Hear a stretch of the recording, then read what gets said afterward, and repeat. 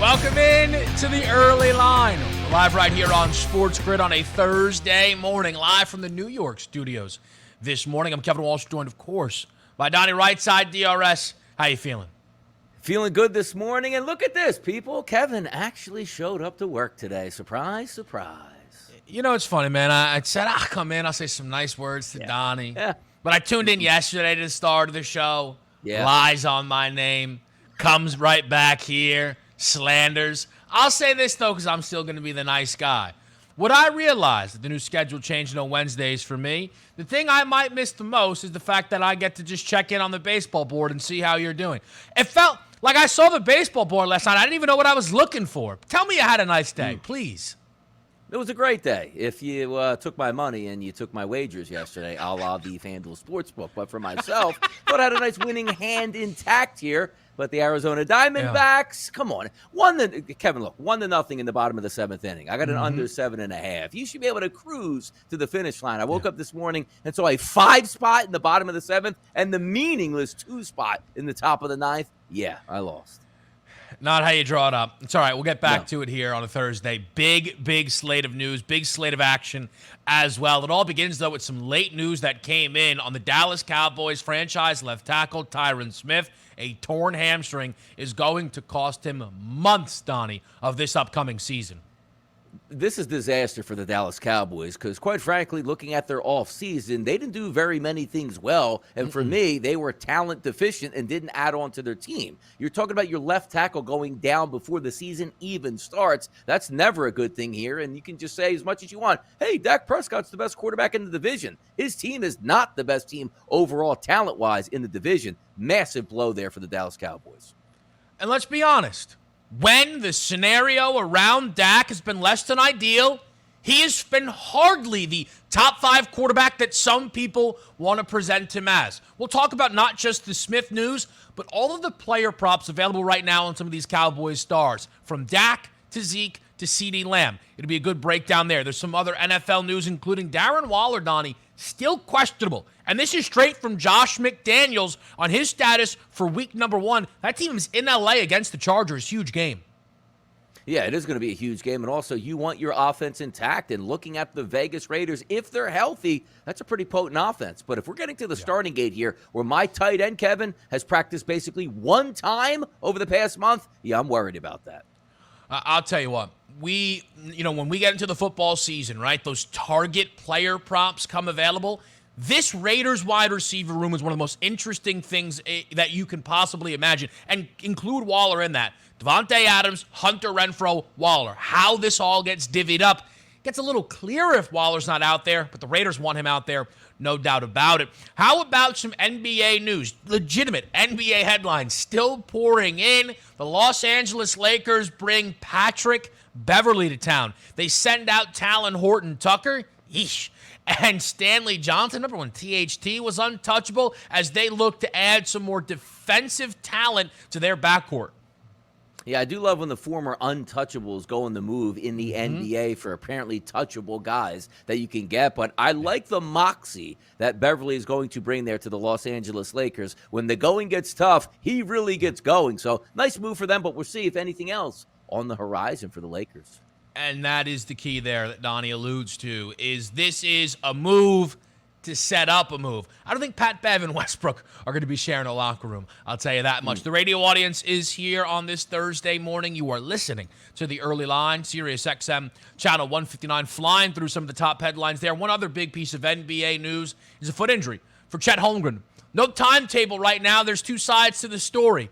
No, it's not doom and gloom for the Thunder, because why? They don't care about winning, so they probably aren't that upset, but it does, Donnie, certainly shake up the Rookie of the Year market. Paolo Banchero really separating from the field right now.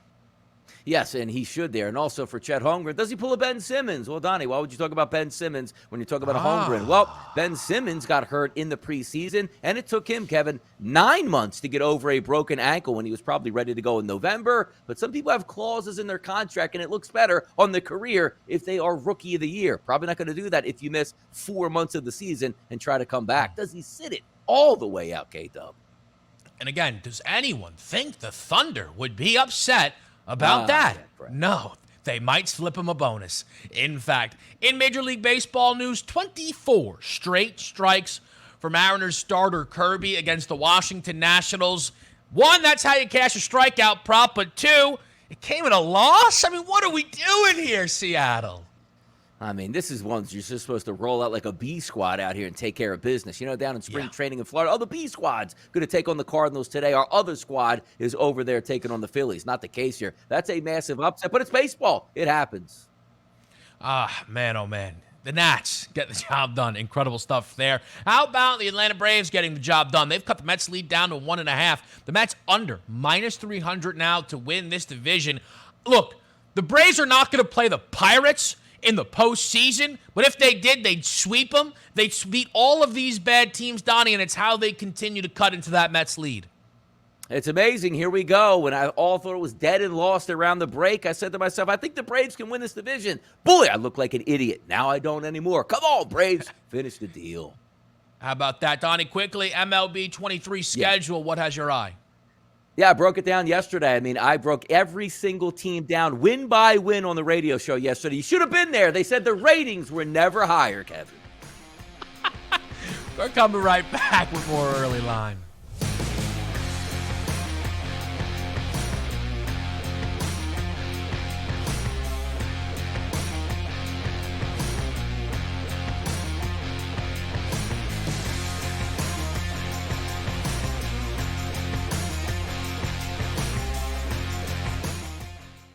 Your heart's racing.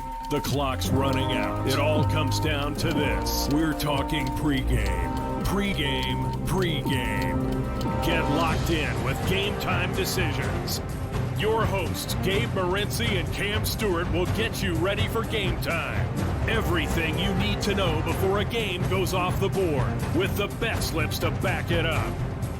Make your best bet with live odds updates, late breaking news, up-to-the-minute injury reports, and real-time analytics from inside the sportsbooks.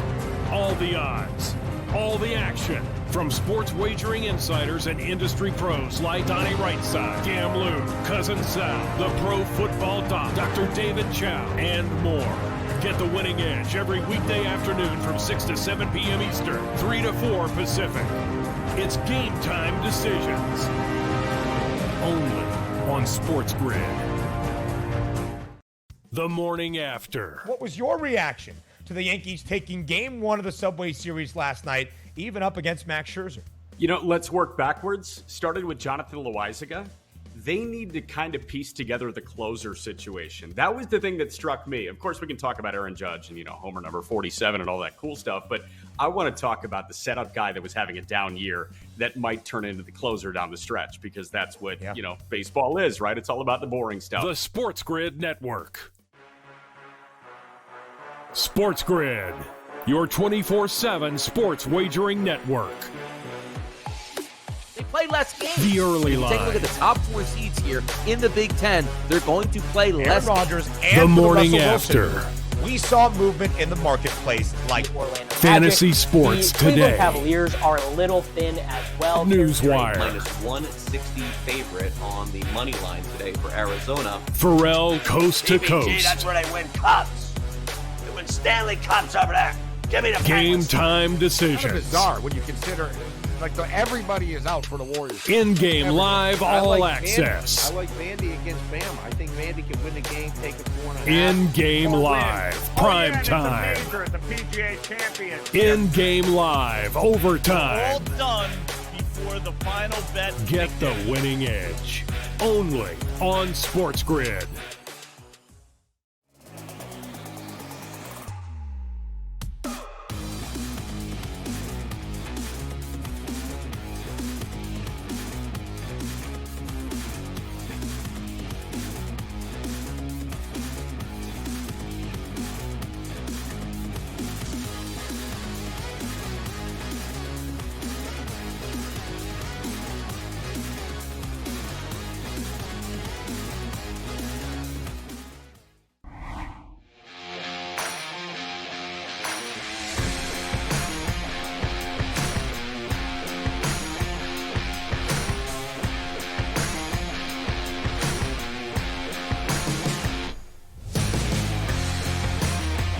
Back right here on Sports Grid with an eye on the Dallas Cowboys.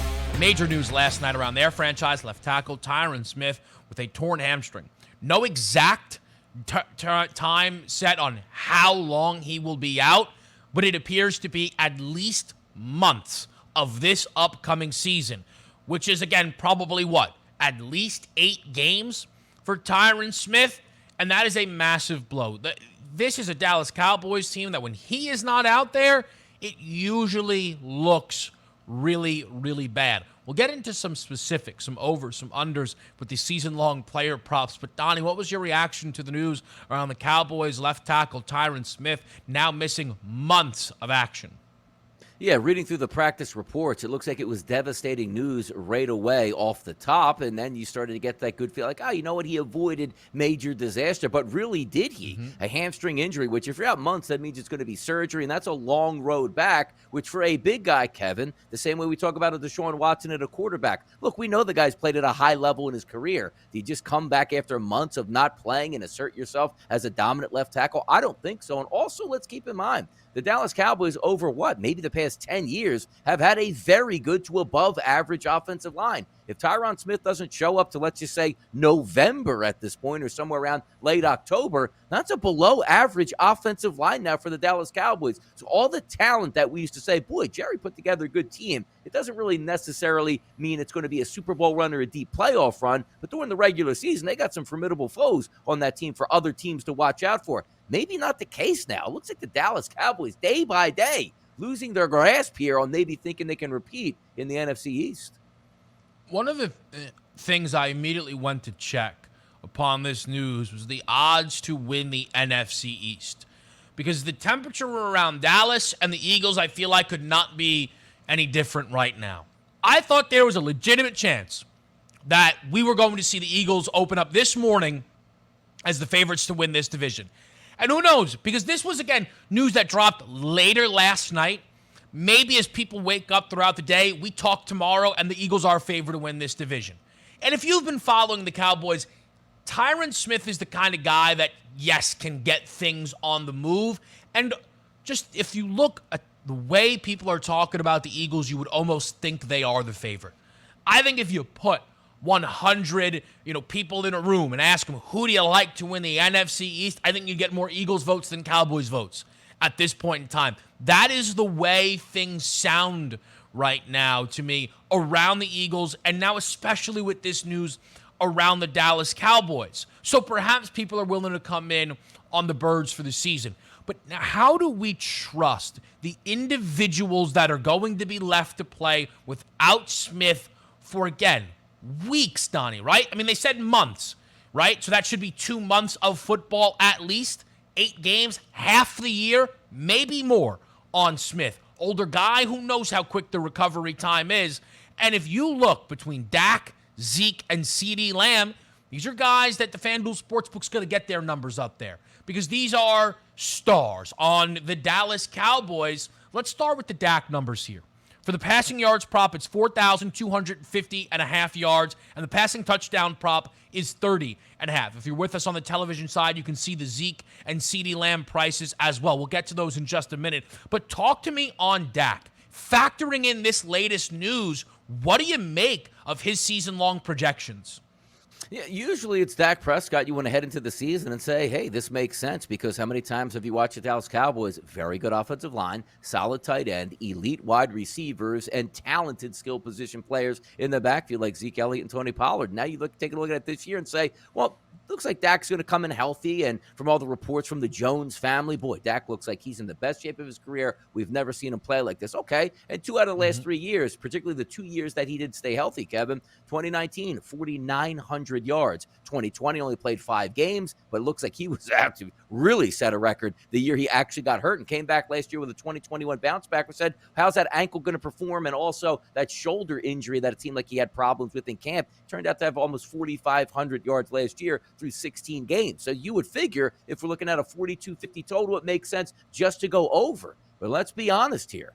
Gallup coming back this season off of an injury. CeeDee Lamb, who was playing that second fiddle where you can hide in coverage because you got Amari Cooper, he's now the number 1 guy. And also, is Dak Prescott going to have an extra second to throw the football behind that offensive line that just lost its all-pro left tackle. I'm not so sure I'm all that high on Dak Prescott. Now, there's some other options on this team I think that are a little bit better. Should Dak Prescott go over the 4,200 if he's healthy? Yes. He's a good quarterback in the NFL, and they should be able to do some things on offense. But right now, when you're talking about is that meter pointed up? Is the bar going higher for the Dallas Cowboys where you're getting that excitement? No, it's going in the opposite direction. If you would have asked me maybe a month and a half ago, hey, look, Dak Prescott to get around 4,300 yards, yes, that makes a lot of sense. But right now, it's like the worst case scenario of asking us today if we like Dak Prescott based on the news yesterday and what we think this season is going to be. The thing for me on the Dak numbers, though, is do you get a trade-off now? The offense doesn't look as clean as it would with Smith. But again, if this team goes from a group that last year was 12-5, let's just say they are 9-8 this year, right? Are we trailing a little more often?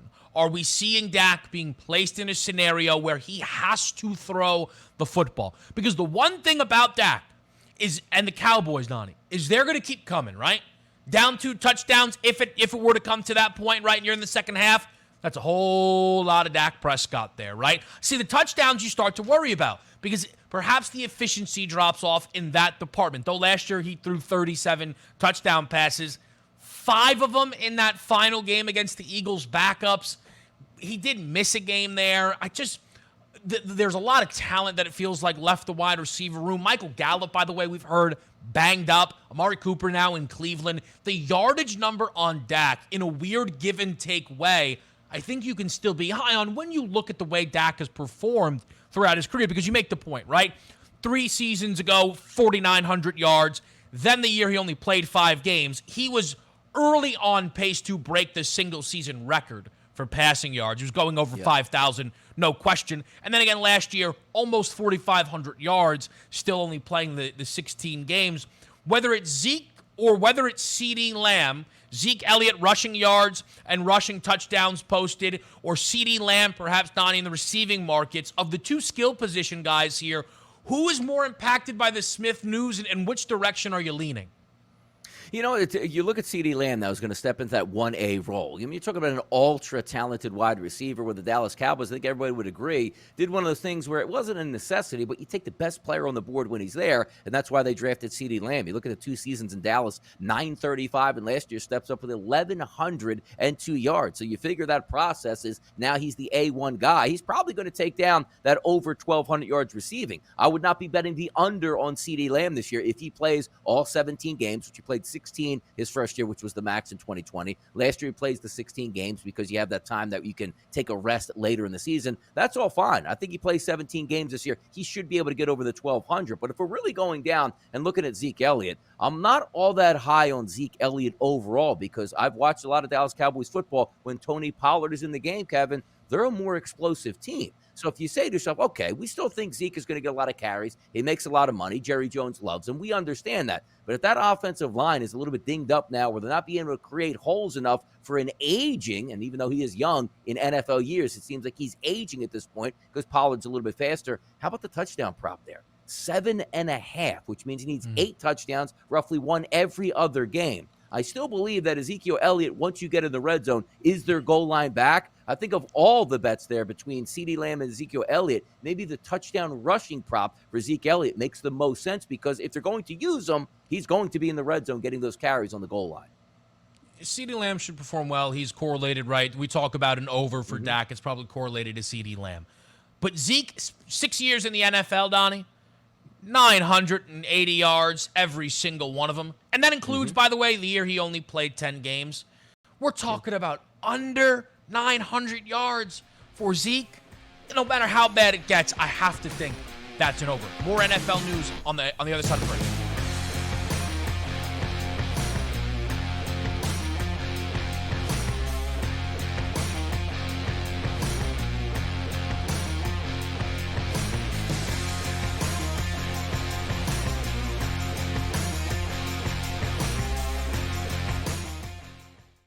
The morning after. Baker Mayfield, the starting quarterback for the Carolina Panthers. Now, Kev, we know that week 1 opener for the Panthers is against Baker's former team. What do you make of the storylines for Baker Mayfield entering that Week 1 opener as the starter in Carolina? You know, Baker is such a storyline guy, right? Such a narrative guy. It couldn't have been anybody other. The Sports Grid Network. You might be the next daily fantasy millionaire. No matter what you watch or where you play, learn from the world's best DFS players. Lineup building tools, expert projections, and advanced stats change the way you play the game. Dominate the competition. DailyRoto.com, the player's choice. Pharrell, coast to coast. This is yet, I'm told, at least the fourth different offense that Mayfield has to learn as a professional in his 5 years. And from the very start, Pharrell, they kind of knew it. I'm told after 2 weeks, he was so dominant over Darnold. It wasn't bad, but the fact of the matter is his timing was good. I'm told a couple of the throws are a little bit high. They feel that the timing will be better as these guys work together. The Sports Grid Network. Fantasy Sports Today. The running back that appears to make the biggest jump maybe in the last 2 months, maybe in all of fantasy, honestly, Davis, is Dameon Pierce, who played for the University of Florida. And the beef that went on at Florida, Davis, is that people wanted to see him get the ball more. He really was never a primary running back at Florida. He's sort of a throwback guy in the sense that you give him the ball, he's never going to lose yards. The Sports Grid Network. The Early Line. The team that's got a lot of people excited, Nebraska. The second best odds to win the Big Ten West. Donnie, last year this team won 3 football games. Only 1 win in Big Ten play. But if you're looking like a team total guy like myself, even a win total guy, you're going to be looking at Nebraska saying something has to change, and maybe the quarterback change is what they needed. Only on Sports Grid. Pro Football Doc has found its new home right here with Sports Injury Central. And with that comes our expansion into other sports. Sports Injury Central will give you nonstop exclusive injury analysis from experienced team doctors from all 3 major sports. Doctors with resumes that include teams like the Chicago Bulls, the Texas Rangers, and the LA Chargers. So gain a fantasy, DFS, and betting edge right now for free at SICScore.com.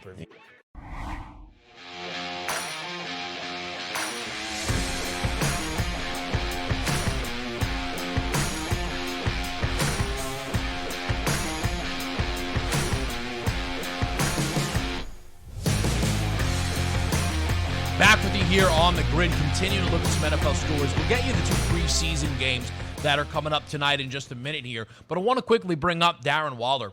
Josh McDaniels straight up letting people know he does not want to commit to saying that Waller is going to be able to play Week 1. And we know how this goes, right, Donnie? You miss Week 1, I don't know about Week 2. You miss Week 2, maybe it's the first month of football. You never know. We have right now Darren Waller receiving yards and receiving touchdowns posted on the FanDuel Sportsbook. 825.5 for the receiving yards, 5.5 for the receiving touchdowns. Factor in Devontae Adams coming over. Hunter Renfrow really, I would say, breaking out last year and asserting himself as a guy that's going to command the attention of Derek Carr. Can you almost principal play an under on some of these Waller season-long projections?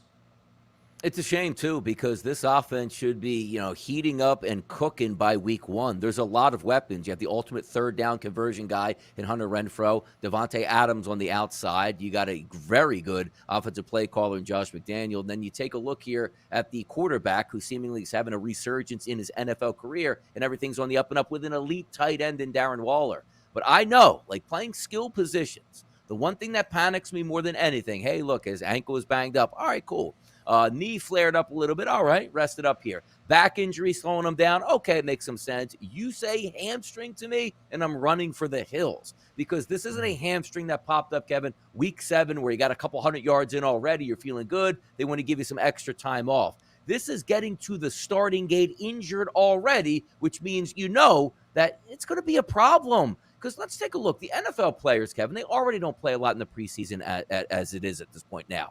It would be one thing if Darren Waller was out there at practice every day, going 75%, said it feels good, just trying to be real healthy on this thing. He hasn't really practiced. So for your head coach to say, I'm not really worried about it, well, where's his timing going to be week 1? And we all know week 1, when you get in there, this isn't a week or say, even if it's week 2, 3, 4, or 5, where you get into an NFL game and go, you know what? Let's run 75% routes out here to see if it makes sense. Pro athletes aren't built like that. If they're injured and they're playing, they're going to try to give it their best, which means he's probably going to come up lame. Could he have a great season? Could he go over 825? Absolutely. The talent is there. And if he was healthy, he should. But if you can't get to the starting gate healthy, I can't bet your props to the over. The interesting thing on Waller is you look at that 825.5, Donnie, and that is under 50 yards receiving per game. If you look at what he has done the last 3 years in Vegas since he's, splashed onto the scene, he's averaging about 70 yards per game. Now, that's a big gap. But, of course, bringing in maybe the best wide receiver in the sport is going to cut into your workload. And, by the way, I'm doing the last 3 years, but last year's yards per game were down because of kind of the fact that Hunter Renfrow commanded more respect and attention, as I'm talking about here with Derek Carr. The problem with Waller is if you told me he played 17 games, I think you could convince me the over is still the play. Because at the end of the day, if you're a defense, if Devontae is going to get your main attention, Waller is still such a mismatch, he should be able to get you 900 yards. But when you factor in the injuries now, Donnie, right? And a guy that, by the way, last year only played 11 games, if we're up and down all year long, and I only get 12 games this year from Darren Waller, well, now I might go back to needing 65, 70 yards per game, and I just can't trust that, I don't think, now with the additions they've made.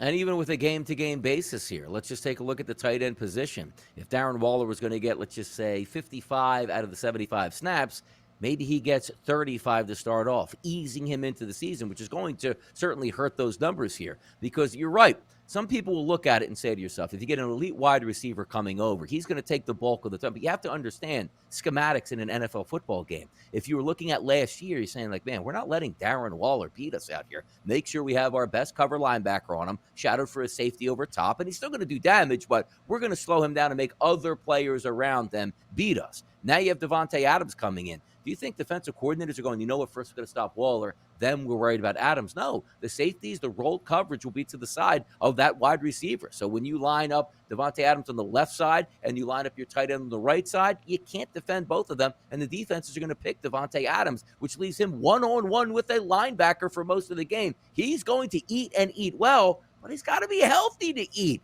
He might be healthy when the season starts. He probably will go over 1,000 yards if he's healthy. I just can't bet on it. It's bad money spent to bet into injured players right out of the bat. 100%. It is the biggest thing working against you on season-long player props is the fact that they missed 2 games and you're now working from behind the 8 ball going into the year, knowing that you might miss Waller for at least 1, and who knows how long that carries on. Absolutely kind of makes him feel like an under or pass, really, on the board here.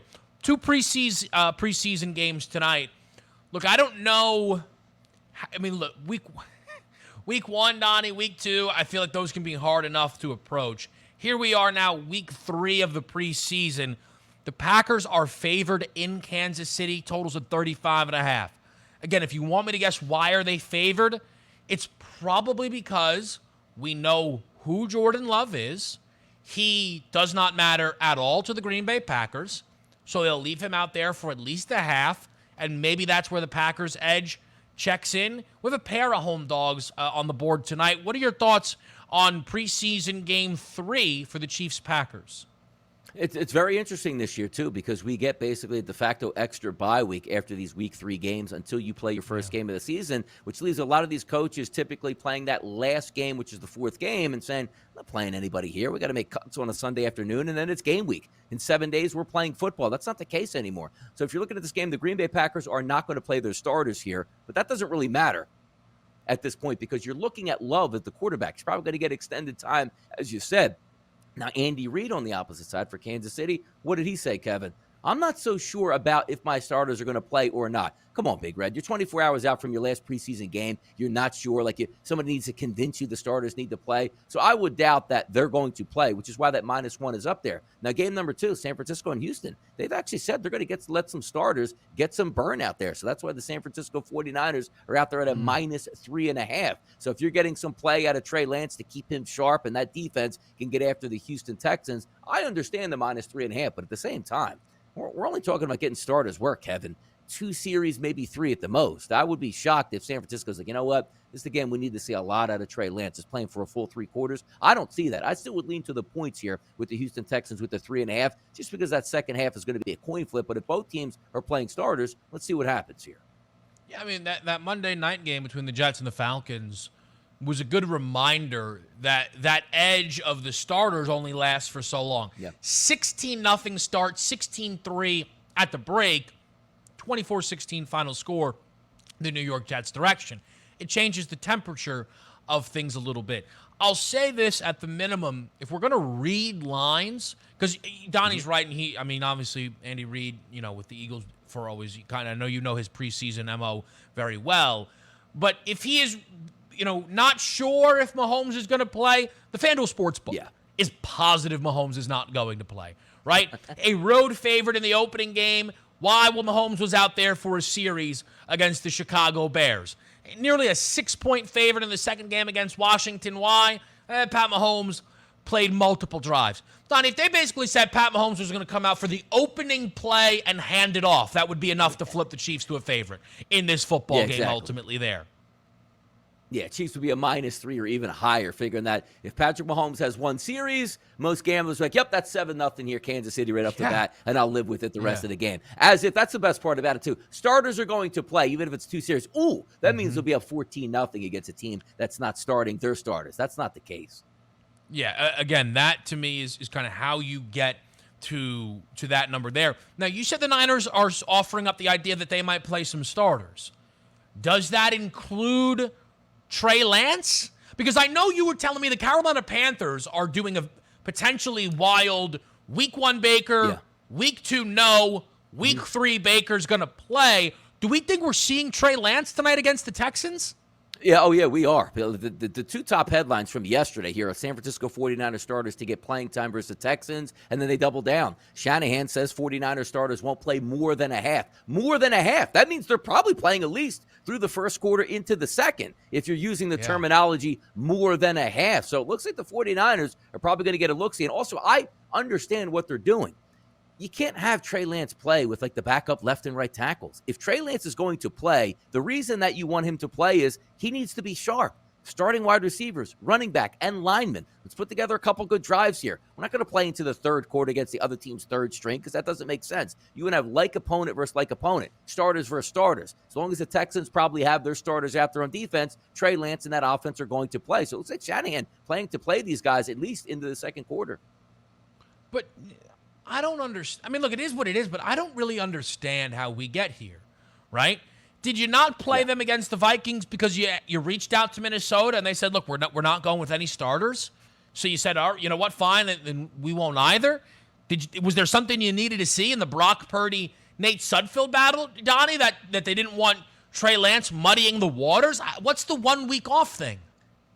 I guess we should say week 2 is the new week 4, right? Because week 4, nobody played. Now is it you play guys in week 1, not week 2, but then play them in week 3 and take 2 weeks off before the season. It's a whole new betting world out here, Kevin, when we're dealing with this 3 game. Because you figured play a little bit in game 1, a little bit more in game 2, nobody in game 3. It's almost like the opposite at this point. Let's play everybody in game 3.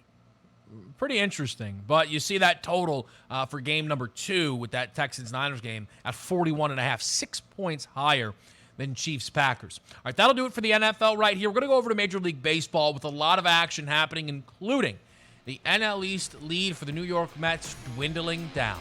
This is the Early Line on Sports.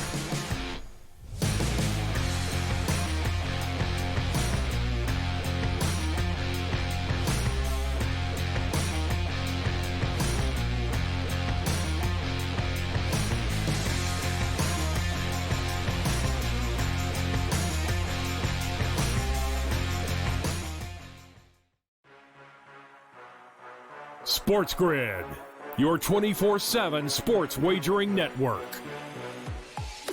They play less games. The early line. Take a look at the top 4 seeds here in the Big Ten. They're going to play Aaron less. Rodgers and The morning Russell Wilson. after.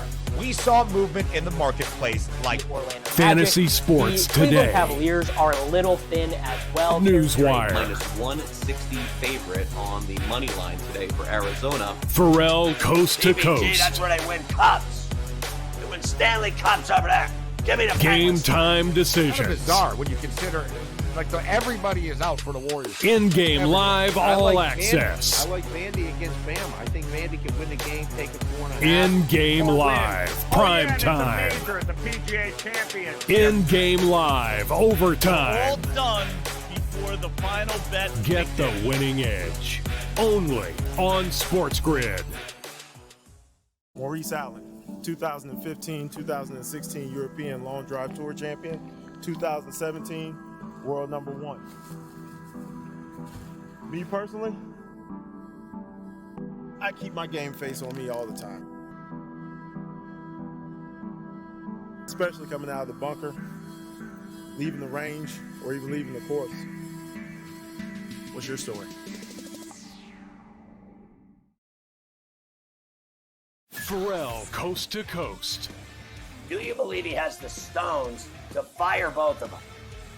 His dad would have. I don't. I think Boone is safe no matter what happens. Maybe if they don't win the East, but that's almost impossible. So I think he's safe. Cashman's contract, I believe, is up after this year. Maybe I'm wrong about that. I would think he'd be in a lot more trouble than Boone would. The Sports Grid Network.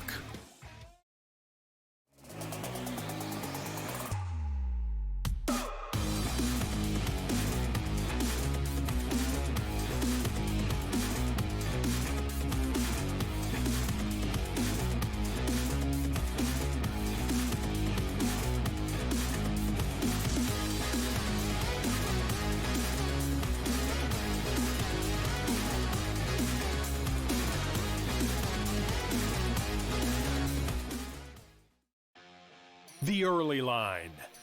Football is always so much fun because you see new players literally every single year, and the anticipation is stupendous once it gets underway. And we're really close to that. A 12:30 game overseas this weekend between Northwestern and Nebraska. And yeah, you're going to settle into Connecticut playing Utah State with a 27.5-point line. Everybody gets in the way. Big Ten, Pac-12. We cannot wait for this. Only on Sports Grid.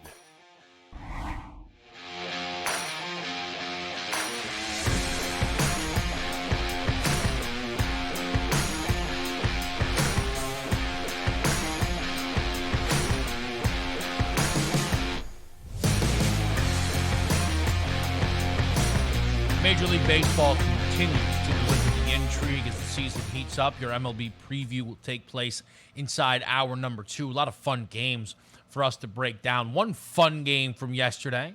Fun if you bet an over. Fun if you laid anywhere up to 11.5 runs on the Atlanta Braves. 14-2 final division gap between the Mets and the Braves. 1.5. What do you think about the Braves continuing to win here and applying pressure to the New York Mets?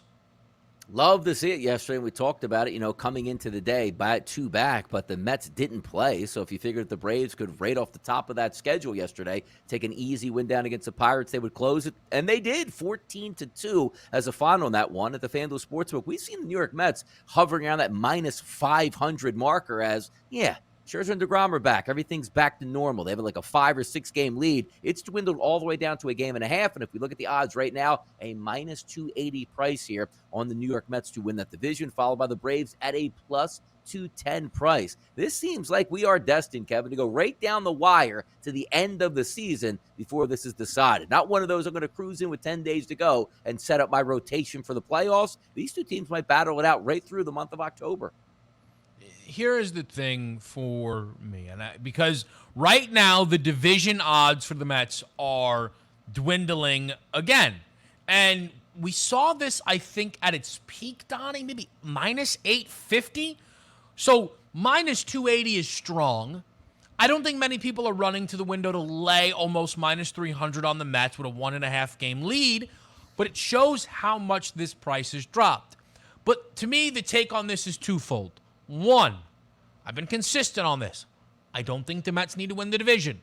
It'd be nice, but as long as DeGrom and Scherzer are healthy to start the postseason, I don't care where you put the game. Two, the Mets have now, at this point, the easiest remaining schedule in the bigs. The easiest schedule in all of baseball. 3 games left against the Atlanta Braves. I believe those are going to be played in Atlanta, which is a nice boost for the Braves. But look, at the end of the day, the New York Mets are going to find a soft spot in this schedule, Donnie. 7 against... How about the Mets have 7 games against the Pirates left to kind of keep it consistent here, what we're talking about? Like, you would think it'd be, it's 7 against the Nationals. No, it's actually only 6 against the Nationals, by the way. That's 13-year games. Marlins for another 5. That's 18-year games. That's half of the Mets games that are left on the deal. So, again, I'm not laying minus 280 with the Mets with a 1.5 lead, but I also think Donnie, would you say you probably missed out on the best of these Braves numbers at this point? Is there still enough juice on plus 210? Yeah, I don't know if there's enough juice on it because you do bring up the most important position that you can take here. Because there's a chance that we're looking right now and said, ooh, the Braves are really hot at this point. The Mets are struggling just a little bit right now. We thought they should have put away the Yankees, and with their 2 aces on the mound, only 1 ace went. He lost. The other ace was pushed back because he'd rather face the Rockies than the Yankees in a high leverage pressure situation. But doesn't have the feeling or the setup now where you start to get that mojo going for the Mets. Ooh, look at the Mets, Kevin. 14-2 in their last 16 games. Yeah, because they're icing teams that are actively trying to tank. But that doesn't defeat the narrative that the Mets are the hottest team in baseball once you get through the soft parts of the scheduling. That's why you're still seeing the minus 280 because, they're only 2 games back. 1 game where the Mets trip up and the Braves win another one, you're looking at a half of a game. We get that, but how many series are they going to lose against teams with the like of the Pirates, the Nationals, and the Rockies? They're going to do damage against them and also the Marlins. So heading down the stretch, if you have an easy schedule, just enough talent on that Mets team is enough to win those ball games or win those series, taking 2 out of 3 repeatedly. No doubt about it. Speaking of another division race, though, one with actually shorter odds than the NL East, that is the AL Central. The Guardians, again, beat the San Diego Padres, a 4-game lead now over both Minnesota and the Chicago White Sox. And I think maybe the strongest odds we have seen so far since whatever the preseason numbers you had on the White Sox were on an AL Central favorite. The Guardians at minus 175. What do you think about this win for the Guardians and where they sit right now in the AL Central?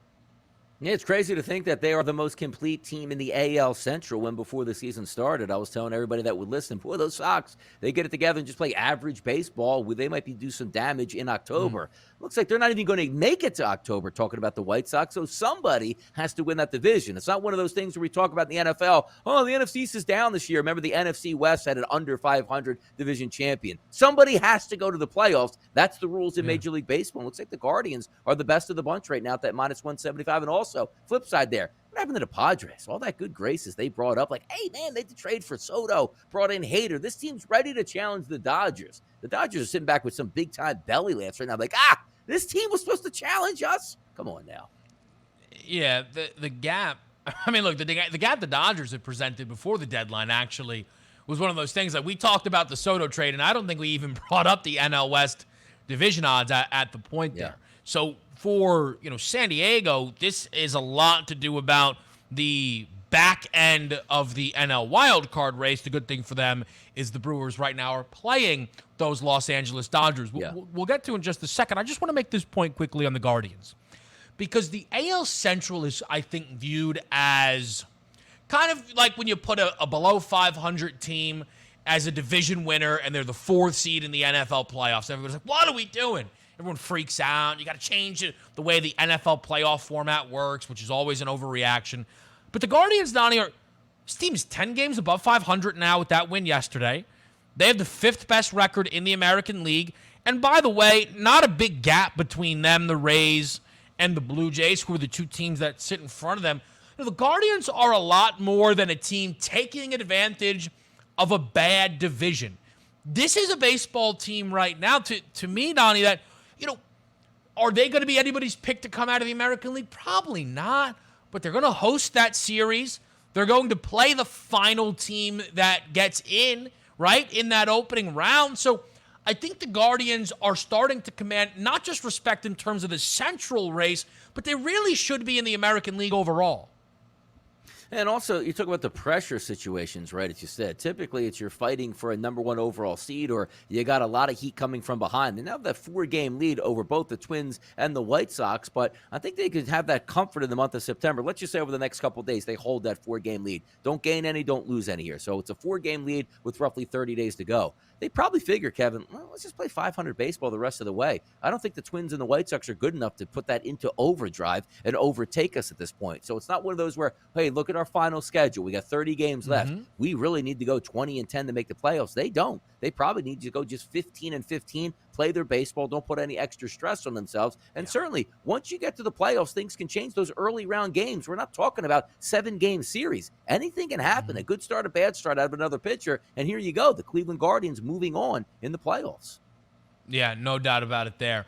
We mentioned the Dodgers beat up on the Brewers. So the Dodgers shut out at home for the first time all year by Milwaukee in the opening game of this 3-game set. They respond with 10 runs, and then last night, 12 runs, 22 runs. Like the fact that, Donnie, they were shut out in the first game of a 3-game set and still gave you 22 total runs over the course of a 3-game series against the Milwaukee Brewers. Is this to you more about the Dodgers or more about the Brewers? Who'd you leave with a bigger takeaway on, if any? Yeah, I'm already dead on the Brewers here. They showed their true colors at the deadline when anytime you have a first-place baseball team, usually the MO across Major League Baseball is the front office goes, hey, look, let's get some home playoff games. Let's get some extra, draw at the gate here, more money in our pocket. Let's get the good vibes of the team back up. Hey, look at this. We have a great bullpen. We just added a really good 7th inning man here. Ooh, how about this? A nice little platoon there in the outfield. We can go lefty, righty. Picked up a couple bats here. All right. So the front office looks like they're going to show us some love here. Talking about as a player, let's go ahead and make these moves. They basically said, you know what? And the term I love, too, is I think we're a better baseball team now and in the future. Why? Because you don't want to pay guys. That really showed them, right? Now the Cardinals go out and make the right moves and blow right by you. We're talking about the Dodgers, right? You're right. You get shut out. Baseball's a long season. It's going to happen. But the fact of the matter is, if they can strike against a good pitching staff at any time for double-digit runs and gets back into that, it doesn't matter who's on the mound for the Dodgers. Why? Because they're 1 through 9, just handles their business anyway. Hey, pitcher, give us 6 innings, 4 earned runs out there. We'll win that game 9 out of 10 times, it seems like. So for me, this will sound like a cop-out, but bear with me. My takeaway is on both of these teams because it has to do with the NL wild card race. Right now, Milwaukee not able to take advantage of back-to-back losses by the Padres because the same was true of the Milwaukee Brewers. Tied in the loss column, though, right now, the Brewers have actually played 3 less games than San Diego. But Donnie loves to use this phrase. Hold, right? The Braveheart deal, hold.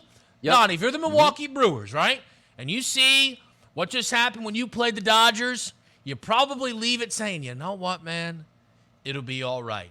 9 remaining games for the San Diego Padres against these Los Angeles Dodgers, which is why the Padres have the 5th most difficult schedule left in baseball. Now, I don't know if we're at this point yet, but if anybody was last year with us down the backstretch of baseball, there came a point in time where DRS looked at the Padres schedule and told people they would be lucky to finish 500. I mean, it was a nightmare ending for San Diego. They weren't really even in the playoff race by the time we got to the finish line. This is a genuine thing for the Padres. Again, like the Brewers are like, look, fine, whatever. We played the Dodgers 7 times. We won 3 games. Like they should be popping champagne over that. The Padres cannot beat the Dodgers at all, and they've got 9 games left versus them.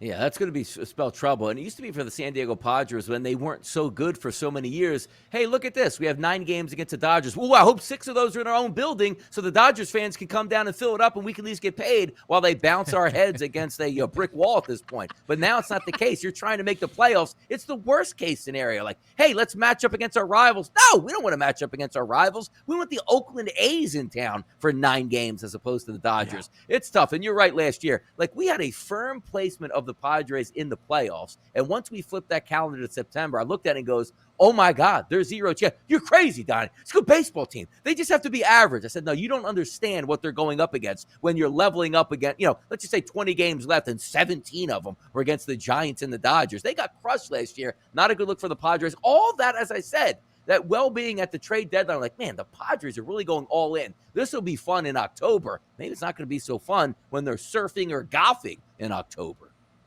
Okay, let's just rehash old memories quickly, because I actually will always appreciate this. On September 8th last year, the Padres beat the Los Angeles Angels in game number 140 and were 75-65, Donnie. 10 games above 500.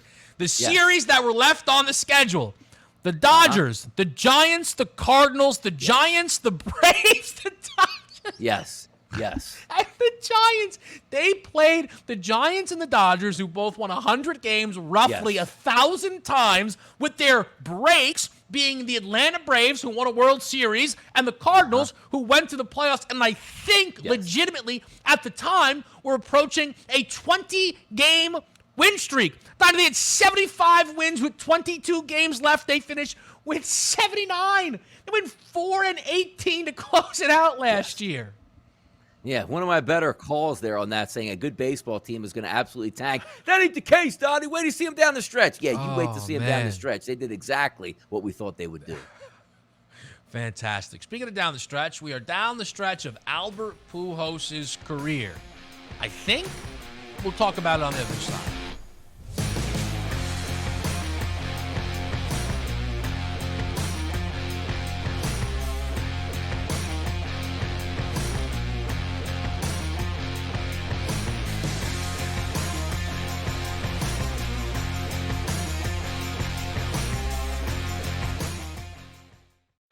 The early line. This non-story is officially over. Tom Brady went away. Why? Because he can. He's Tom Brady. His wife very publicly has wanted him to retire. He did, and then he unretired. So in a meaningless week of practice, he went out and was able to spend some time with his family.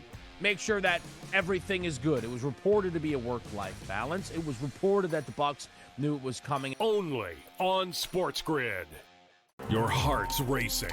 The clock's running out. It all comes down to this. We're talking pregame.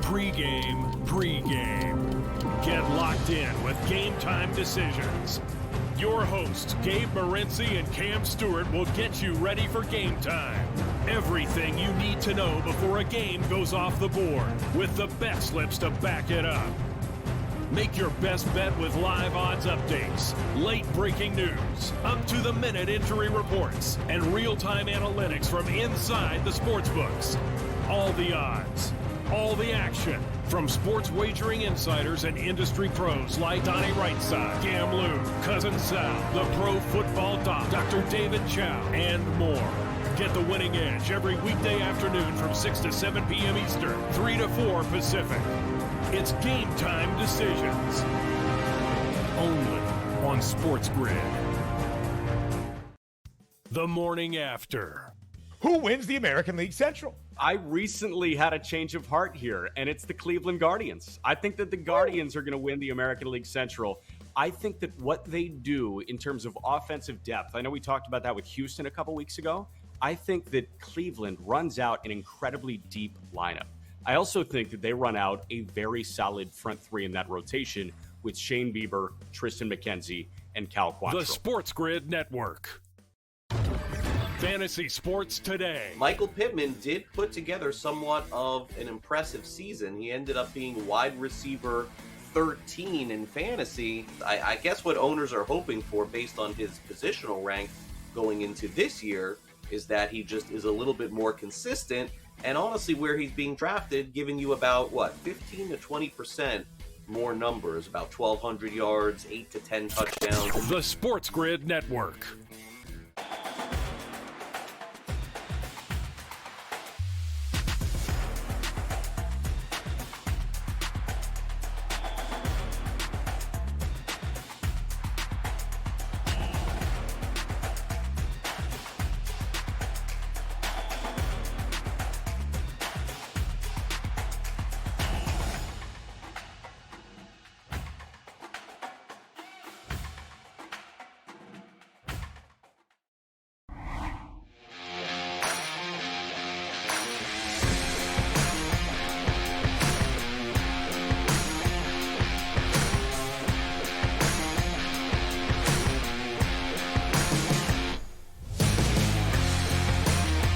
closing out hour number 1. Albert Pujols has a player special right now available on the FanDuel Sportsbook. It is plus 980 for Pujols to join the 700 club. But there is one little distinction made here on the FanDuel Sportsbook that I adore. Albert Pujols' career home runs at end of 2022 regular season. Because, Donnie, look, it's a plus 1,000 number. I do not know if anybody's going to be able to line up the ISO power number of Pujols on every projected pitcher the Cardinals are going to face from now until the end of the year, and tell me if this makes sense. But you mean to honestly tell me that Albert Pujols is going to finish 3 home runs, if you will, short of the 700 club, and he really has to keep his word, and he can't come back and just play a month of baseball next year for the Cardinals and finish this thing out? Come on now. But he has said that no matter what, this will be his last season, and the numbers that we love are monumental numbers. I would like this even better, Kevin. Play this scenario out. Last 3 games of the season, Pujols has 699 home runs, and the coach goes, or the manager, and goes, hey, you know what? I know your shoulder's a little bit, hurt there. We need you for the playoffs, kid. How about you sit these last 3 out? 700 is a monumental number. I love it just on its face to take the over 700, because if he has 697 entering in to the final 7 games, he has one job. That's swing for the fences. The Cardinals have one job. Let him play every single game, and also maybe, if you have the division wrapped up, put him in the leadoff spot to make sure he gets extra at-bats. Which they will, by the way. Like, they would put him in the leadoff spot as long as everything is right. I mean, they might do it, honestly, if everything's not wrapped up. It's the same, yes. Because, to be honest, like, Pujols, Donnie, has been good this year. Because that's my other thing about this, right? It's not like Pujols is batting .210, right? Like he's Jeter, right? Yeah. I mean, he's so much better than, like, a Joey Gallo, for example, right, in terms of, like, what they actually bring to the table. Now, the Derek Jeter comment was an embarrassment, and basically he shouldn't be allowed back on this network. And his punishment, to talk NBA, to talk hour number 2.